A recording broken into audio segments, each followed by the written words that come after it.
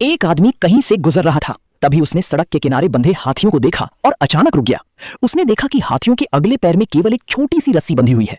उसे यह देखकर बहुत आश्चर्य हुआ कि इतने विशाल और शक्तिशाली जीव लोहे की जंजीरों की जगह सिर्फ एक पतली रस्सी से बंधे हुए हैं।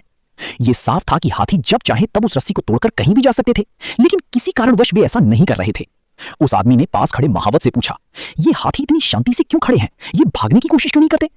महावत ने मुस्कुराते हुए कहा, जब ये हाथी छोटे होते हैं तभी से इन्हें इन्हीं रस्सियों से बांधा जाता है। उस समय इनमें इतनी ताकत नहीं होती कि रस्सी तोड़ सकें।